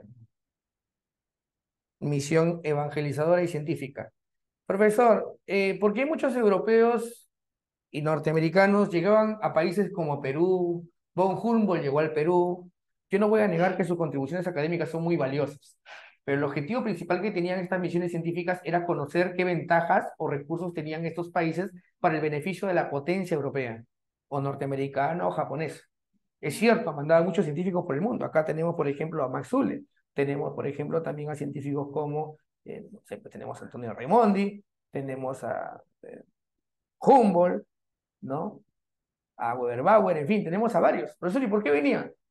Bueno, yo no voy a negarlo, sus contribuciones académicas son muy importantes, porque acá en el Perú no lo hacían. Habían académicos que vivían más pensando en Europa que en el interior del Perú. Y estos extranjeros que venían visitaban el Perú. Es cierto, es innegable.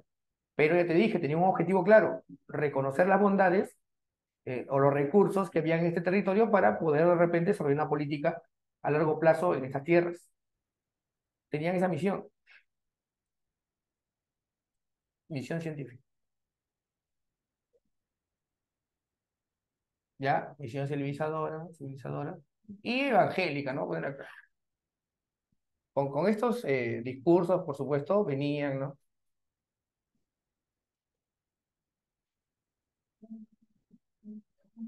Bueno, ¿ya? Acá puedo poner como idea justificatoria del darwinismo social el racialismo científico, ¿no?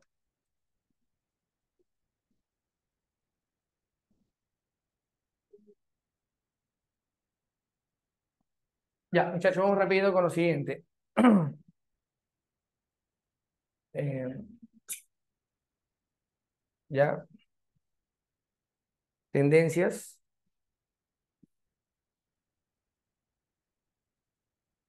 innovaciones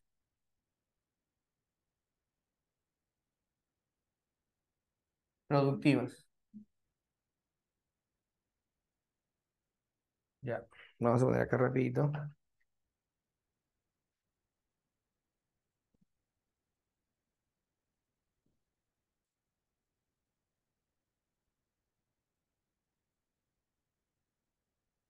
Innovaciones productivas, muchachos. Más rico soy. Bueno, gracias, muchachos. A ver, innovaciones productivas. Hay dos, el taylorismo y el fordismo. Ya, el taylorismo consiste en aplicar ciencia o organizar mejor el trabajo en el centro de producción, en la fábrica, y así producir o tener mayores ventajas productivas, ¿no? Bueno, muchos lo llaman de que el taylorismo consiste en aplicar la ciencia, ¿no? Medir el tiempo, los costos, ¿no? La distribución del espacio en la fábrica, todo eso, esa adecuación de la producción para maximizar las ganancias, se llama el taylorismo, ¿ya?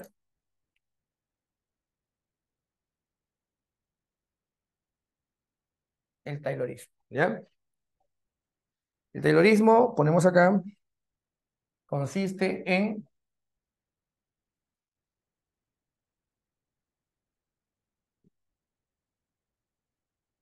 de la ciencia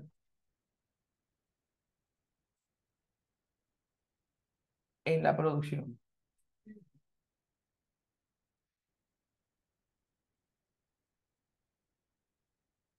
¿ya? Eh, tenemos el Fordismo.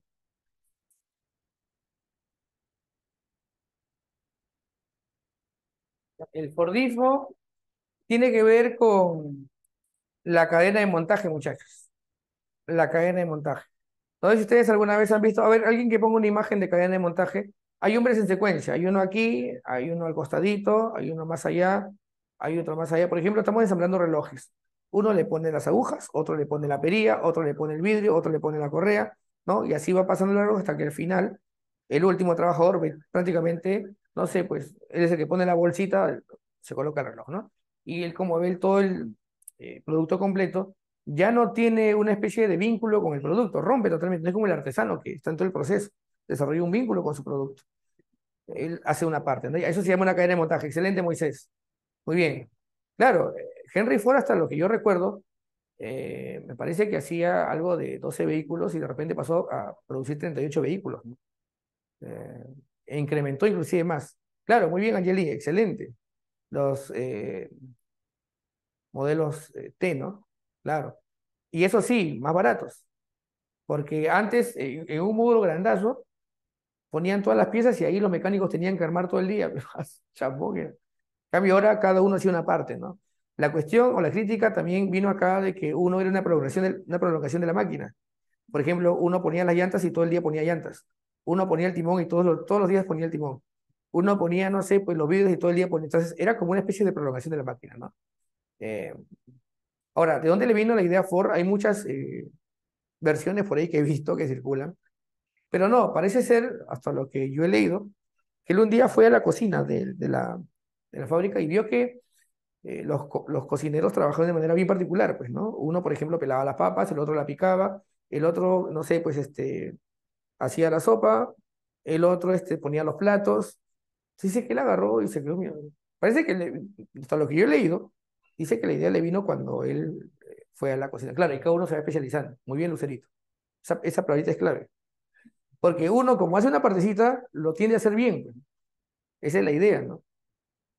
Porque, por ejemplo, antes, cuando se ponían todas las piezas en un módulo, yo tenía que poner las llantas y de repente tenía también que poner el timón a la vez y tenía que poner otras partes. No, no, no. Sí, así es. Muy bien, Entonces voy a poner acá rapidito el Fordismo, ¿ya? Acá tenemos la cadena de montaje, ¿no? Ya está. Ah, una palabrita clave, sí voy a poner acá, porque tiene que ver con la división del trabajo en la fábrica, ¿ya? La especialización, esta palabrita es clave. Y la división social, perdón, la división del trabajo dentro de la fábrica. ¿Ya? Voy a ponerlo así. División del trabajo, ¿no?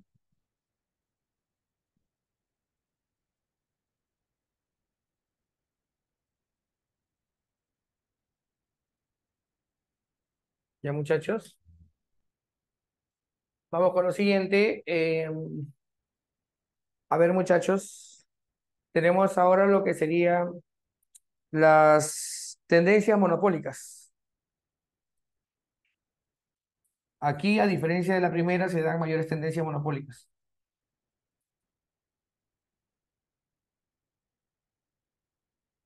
Me parece que esto lo han visto ustedes en economía, o me equivoco. A ver, voy a poner acá los nombres y ya ustedes probablemente hayan oído de esto. A ver.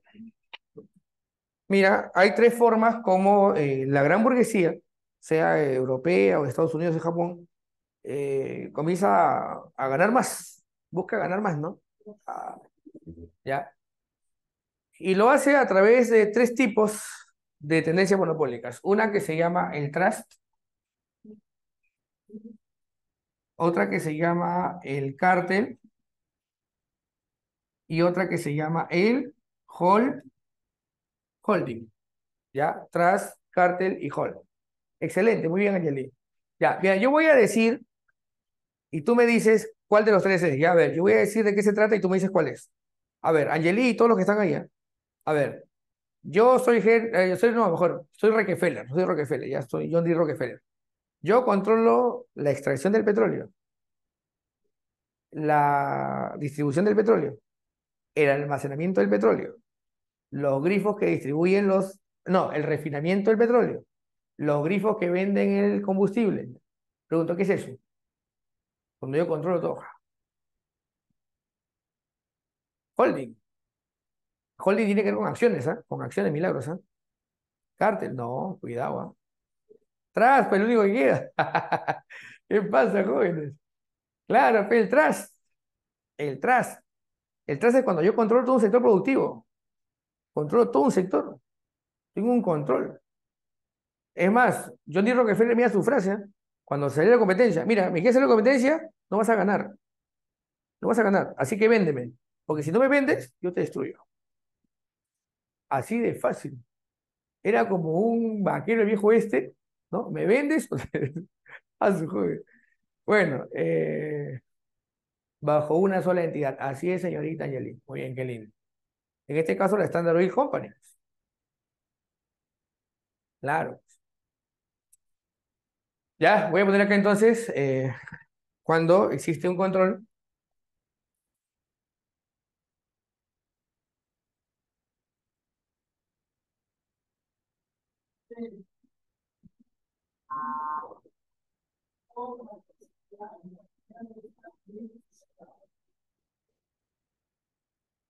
Ya está. A ver, mira, al comienzo habían 20 empresas que competían, ¿ah? Pero ¿sabes qué? Quedamos tres empresas. Yo soy uno de los dueños de las tres empresas. De las 20 que competíamos, quedamos tres. Los tres decidimos ya no competir y nos ponemos de acuerdo. Los tres para repartirnos el mercado. ¿Ya cómo se llama eso? Ah, ese es cártel, pe, ahora sí, pe, ese es cártel. Muy bien, muchachos. Ahora hay una pregunta. Somos tres y aparece un cuarto competidor, perdón, que quiere entrar a competir con nosotros. ¿Qué hacemos? ¿Qué hacemos los tres? ¿Qué hacemos los tres? Le dijimos, ven, hermanito lindo, ven con nosotros, bienvenido. Lo eliminamos. Bienvenido al club. Excelente. No aceptamos que tratamos de boicotear. Pero hay leyes contra. Sí, hay leyes, pues, pero descubrirlos, ahí está la cuestión. Pues. La pregunta es, ¿siguen pasando hasta ahora? ¿Dónde a pensar, pues? Le cerramos el mercado. Claro, podría ser, ¿no? Pero en la mayoría de los casos que yo he visto de cártel, han actuado de una manera muy curiosa, ¿no? O sea, han podido pasar desapercibido muchas veces. Por ejemplo, te puse el caso del cártel Pueblos, ¿no? ¿Sabes cómo se destapó todo cuando uno de ellos habla? Si no, no se hubiera sabido. Uno de ellos tuvo que hablar. Así pasa, si no, caletita, ¿no? Calladita. No son cinco empresas que compiten, no hay monopolio, claro, pero las cinco se han puesto de acuerdo para convertirse en mercado. Suben los precios y saben que hasta acá se puede vender, desfavoreciendo, por supuesto, al consumidor. Son las tendencias monopólicas. Claro, eso pasa, por supuesto, es parte del capitalismo. Cártel, ponemos acá. El cártel,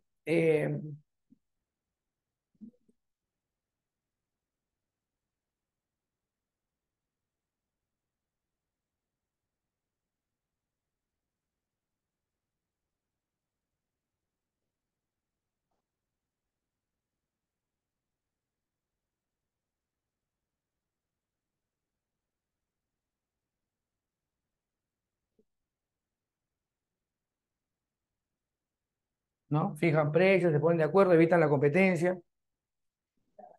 Ya, el holding tiene que ver con acciones. A ver, yo no soy dueño de todas las empresas. Hay 10 empresas. Yo no soy dueño de 10 empresas, pero ¿sabes qué? ¿Qué? Claro, tiene que haber competencia, pues. Lo que pasa es que intrínsecamente el capitalismo hay tendencias monopólicas. O sea, los que son ricos quieren ser más ricos. ¿Y cómo pueden ser ricos? Fácil, pues, ofreciendo, bueno, en este caso, generando desventajas en el consumidor, vendiéndole más caro, de repente con menor calidad. O sea, al comienzo la competencia sí es buena, joven, definitivamente tiene que haber competencia. Pero la tendencia, ¿cuál es? Si tú no los controlas, le pones un pare, la tendencia es que ellos reduzcan la competencia y puedan generar esto. No te digo, eh, bueno, hace un momento yo te expliqué, esto pasaba en esa época. En esta época pasaba. La pregunta es, ¿pasa hasta ahora? Porque yo te estoy dando una clase de historia, o sea, de lo que ha pasado. La cuestión es si esto sigue pasando. Si te digo que este es el sistema capitalista, estamos en el capitalismo, esto puede seguir pasando. Ahora tú investiga, tú averigua, tú analiza, tú estudia, tú compara, fórmate. Claro. Ya, el holding, hay 10 empresas. Mira, ¿sabes qué? Yo no soy el dueño de las 10 empresas, pero ¿sabes qué? En todas ellas soy el accionista mayor. O sea, en una tengo 25%, los demás tienen 5, 15, 5, 10%, ¿no? O sea, yo soy el accionista mayoritario. En la segunda empresa yo tengo el 40%. Los demás tienen 25, uno tiene 10, otro tiene 5, ¿no? En la otra empresa, porque son 10 empresas, te dije, ¿no? Yo tengo no sé, 20% de esa empresa, pero los demás tienen 5, 6, 7%, 3%. Ya, yo soy el accionista mayoritario. Y pregunto, si yo controlo 10 empresas, bueno, mejor dicho, si yo tengo 10 empresas, que por supuesto yo puedo decir, no son mías, no son mis empresas, pero yo soy el accionista mayor, ¿tengo mayor capacidad para direccionar el curso de esas empresas? ¿Sí o no? ¿Tengo mayor control sobre esas empresas? ¿Sí o no? Claro, claro. ¿Ya eso cómo se llama? Se llama holding. Y yo puedo decir legalmente, no, yo no soy de esas empresas, yo soy un accionista nada más, soy un accionista. Y solamente porque, ojo, hay leyes contra esto. Es más, hay leyes que permiten cierta participación accionaria. Claro, te ponen un límite de la cabeza en distintos países, ¿no? En el Perú también. Pero al ser accionista mayoritario, ya tú tienes una ventaja para coordinar la dirección de todas esas empresas. Y más puedes transar con dos o tres accionistas, ¿no? Cómo orientar esta empresa, ¿no? Y también con nosotros. Claro. Control de acciones, pero no de operaciones. Ya, pero tengo una pregunta, ¿es vinculante o no? A ver, ese es para el análisis, Angeli. ¿Es vinculante o no? ¿Puede vincularlas? Claro, eso es cierto lo que dice Angeli, ¿eh? Claro, puede vincularlas. Ahora, tú vas a publicar, a ver, tú vas a decir, yo lo vinculo y pongo un letrero acá, empresa vinculada, lo haces públicamente, lo publicas, lo haces público. Ya, me joven. Ay, ay, ay. Ya, pues. Business on business, mentalidad de tiburón, dicen algunos, ¿no? No, no, tengo que tener, no, de tiburón no, mentalidad de megalodón. No, ya que megalodón, pero usted todos colosos. Así es, joven, ustedes son pececillos. ¿Qué son ustedes? Su participación en el Estado, a ver, ¿tu participación en la economía cuál es? Mamá, para mi pensión de bonos, esa es tu participación en el mercado. Ellos ponen 25.000, 40.000, 10.000 millones de dólares de inversión. Ajá, claro, tienen mayor competencia en el mercado. La intervención es parasitaria. Eres un pollito de la economía. No, ni siquiera, claro, así es, muchachos. Bueno, en fin, ya, todo esto, por si acaso lo van a ver en economía. Vamos rapidito, ¿ya?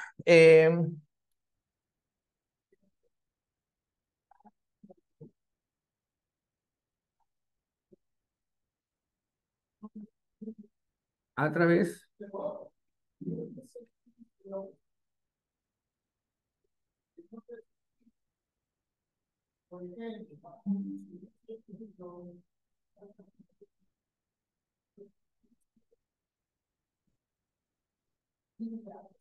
Jóvenes, rapidito, vamos con los inventos, ¿ya? Ya, vamos a poner acá los principales inventos.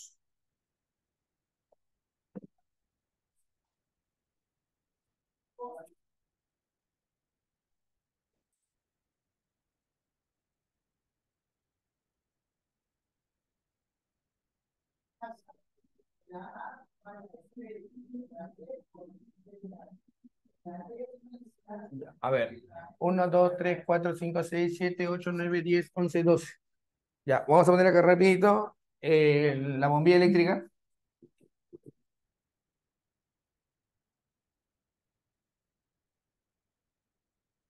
Es un invento de Thomas Edison, ¿no? La bombilla, el mago de Menlo Park. Él con Tesla compitieron, se conoce la guerra de las corrientes, él, Edison, en la empresa General Electric, y Tesla en la empresa Westinghouse, ¿no? Thomas Edison, bueno, Edison, ya. Bueno, ahí lo tiene. A ver, ¿qué más? Tenemos acá el aeroplano de los hermanos Wright.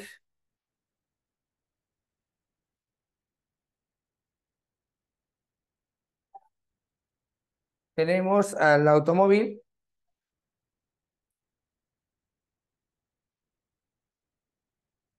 es el invento de Carl Benz, pero te dije yo hace un momento que, embrión, ya, que el que desarrolla el primer auto masificado va a ser Henry Ford, ¿no? Henry Ford. Ya, él es el, voy a poner acá, él es el inventor y él es el masificador, ¿ya? ¿Qué más? Tenemos aquí el telégrafo y el teléfono, ¿ya? El telégrafo y el teléfono, por si acaso, este es con alambre, es un sistema alámbrico de transmisión de información, pero a través de pulsaciones eléctricas. Tú presionas y en un papel al extremo del otro cable, lejos, se imprime un punto o una línea que da origen al sistema Morse, que fue el inventor del telégrafo. Sistema de escritura llamado Morse. Samuel Morse, él creó un sistema de comunicación en base a puntos y rayas, ¿no? Que se llama el sistema Morse. En el caso del teléfono tenemos a Antonio Meucci, que es el verdadero inventor, aunque ya te dije, él lo llamó teletrófono, y el que lo hace popular, voy a ponerlo con otro color, ya mejor, ya, fue en este caso, vamos a ponerlo así, a ver, él es el más importante, ya en este caso, él es el inventor, que no se confundan, ¿ya? Y acá, Meucci, tenemos a Graham Bell, ¿no? Tenemos ahora el telégrafo, teléfono, ahora tenemos la radio, sistema de comunicación inalámbrico, radio, invento de Guillermo Marconi.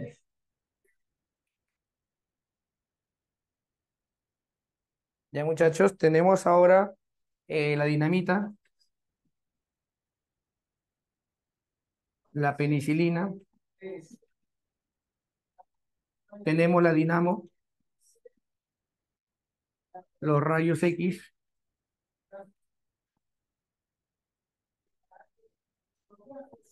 tenemos el dirigible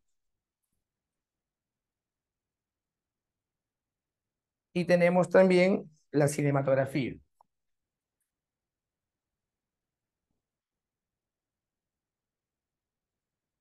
Bueno, en el caso de la dinamita, es un invento de Alfredo Nobel. Estos son datos básicamente, son datos. Dinamita, Alfred Nobel,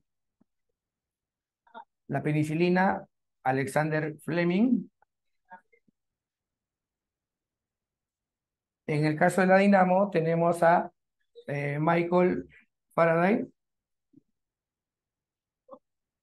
El dinamo o la dinamo es la que convierte en movimiento, o sea, el movimiento lo convierte en energía eléctrica, ¿ya? Es una dinamo. Rayos X es un invento de Wilhelm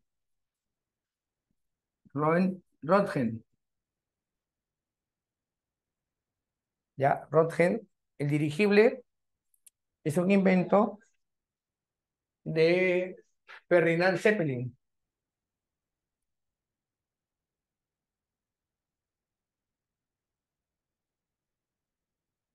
Perdón, acá con doble P. Zeppelin, ¿ya? Y en el caso de la cinematografía, es un invento de los hermanos Lumière. Nikola Tesla es célebre, ¿por qué, profesor? Porque él estableció el sistema de corriente alterna, que es la que usamos hasta ahora en nuestros hogares, nuestra casa. Sistema de corriente alterna, ¿ya? Muy bien, muchachos. Bueno, voy a acabar con esta partecita. Esto lo puedo borrar ya, ¿no? Sí, le toman una foto, si no, a ver, le toman una foto, creo, ¿no? Ya, gracias. Miren, yo hace un momento expliqué qué es el imperialismo. Lo que sí voy a poner acá, ¿cuáles serían los hechos más importantes del imperialismo? Eso sí voy a explicar. Ya te dije, el imperialismo es una tendencia que se desarrolla a raíz de la Segunda Revolución Industrial. Se producen varios conflictos, ¿ya? Varios conflictos. Voy a poner aquí. se forman imperios coloniales, Inglaterra, Francia, y acá voy a poner los conflictos más importantes, o,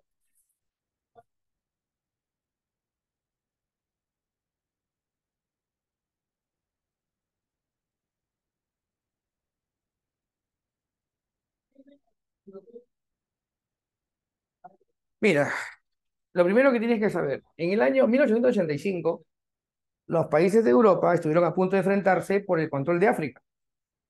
¿Y sabes qué acordaron? Número uno, acordaron no pelearse y repartirse África. Y libre navegación en los grandes ríos de África. El Congo, el Níger, el Nilo, ¿no? Ya, a esta conferencia donde se reparte África se le va a conocer como la Conferencia de Berlín, ¿ya?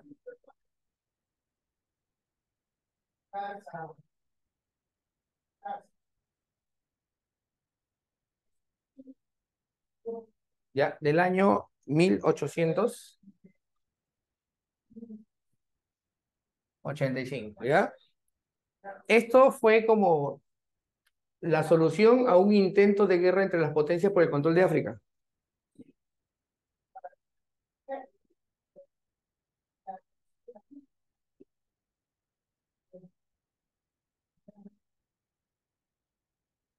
Entre las potencias. Claro, ya, por ejemplo, Bélgica tenía el Congo, en el caso de Francia tenía Argelia, Madagascar, Inglaterra tenía Egipto, Sudáfrica, Kenia, Uganda. Entonces, para evitar estos enfrentamientos, Conferencia de Berlín, ¿ya? Eh, y por supuesto, el resultado de esto va a ser el reparto de África, ¿no? Se reparte África. Bueno, la primera guerra importante que se produce contra el imperialismo colonial va a ser la rebelión de los cipayos,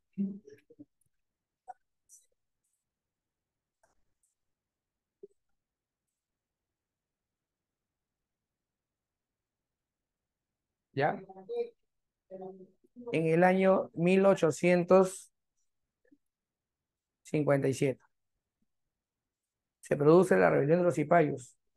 Era gente de la India que había sido educado desde niño para enfrentarse a los enemigos de Inglaterra. Lo que pasa es que ellos se rebelan contra Inglaterra porque no están de acuerdo con defender los intereses ingleses. Eran de la India. Inglaterra los masacra de una manera horrible, a muchos de ellos los amarra en la boca de los cañones y los hace volar en pedazos para que aprendan que nadie podía rebelarse contra los ingleses. Y si tú no me crees, puedes buscar información.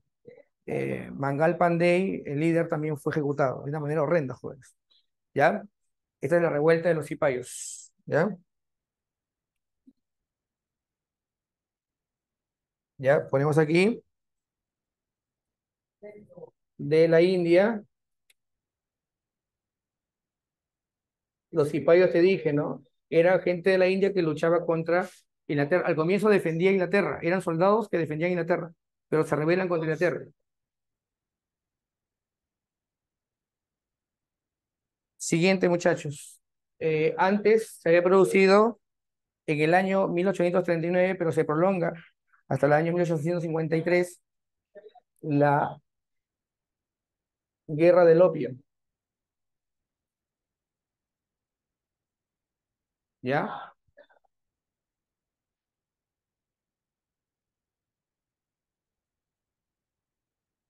¿Ya? La Guerra del Opio, son dos guerras del opio entre China contra Inglaterra.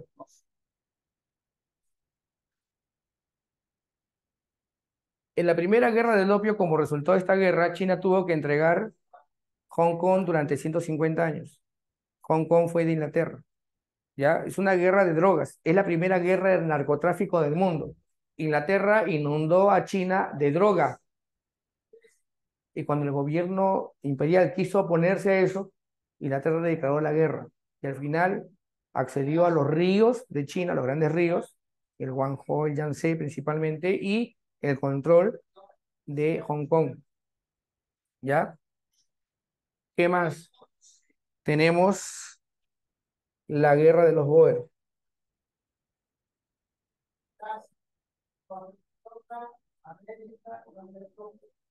1900-1901. ¿Ya? ¿Qué pasa? Los Bóer eran campesinos muy religiosos de Países Bajos, eran neerlandeses. Ellos vivían tranquilos como granjeros, separándose de la población africana con la que no querían saber nada, hasta que un día encontraron oro y diamante. Inglaterra se enteró que Sudáfrica era dominación británica, y le decía hacer la guerra hasta derrotarlos por el oro y el diamante. Es una guerra entre europeos, básicamente, o descendientes de europeos, por el control del oro y diamante de Sudáfrica. Y esta guerra se le conoce como la guerra de los Boer.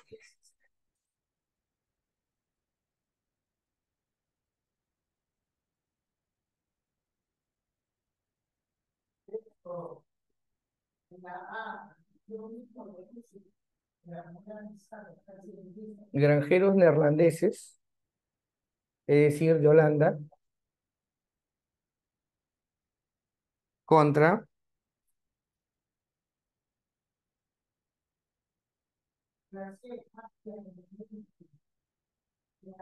y paralelamente en China hubo una rebelión también llamada, pero de los Boer, de los Boxer, una rebelión también de carácter racista, ¿no?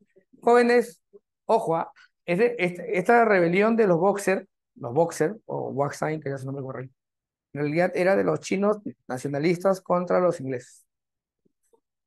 Jóvenes, le doy la clave de la semana 26, a ver para que lo anoten.